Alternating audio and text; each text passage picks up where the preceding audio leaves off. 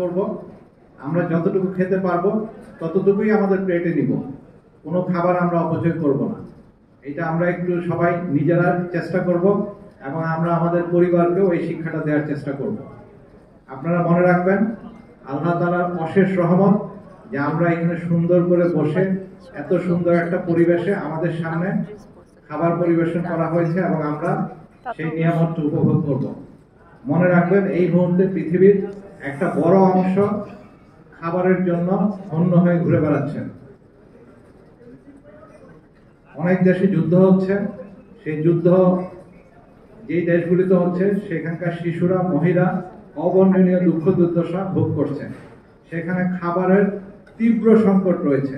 এরকম একটা পরিবেশে আমরা আল্লাহ তাআলা আমাদেরকে এটা বলবো যে এটা একটা অশেষ রহমত যে আমরা এরকম পরিবেশে আছি এবং আমরা খেতে পারছি।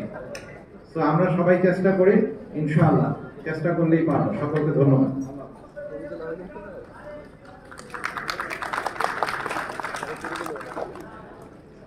Thank you so much, sir.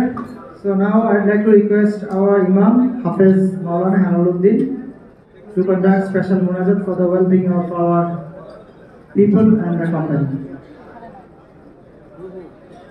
اللهم صل على محمد وعلى ال محمد كما صليت على ابراهيم وعلى ال ابراهيم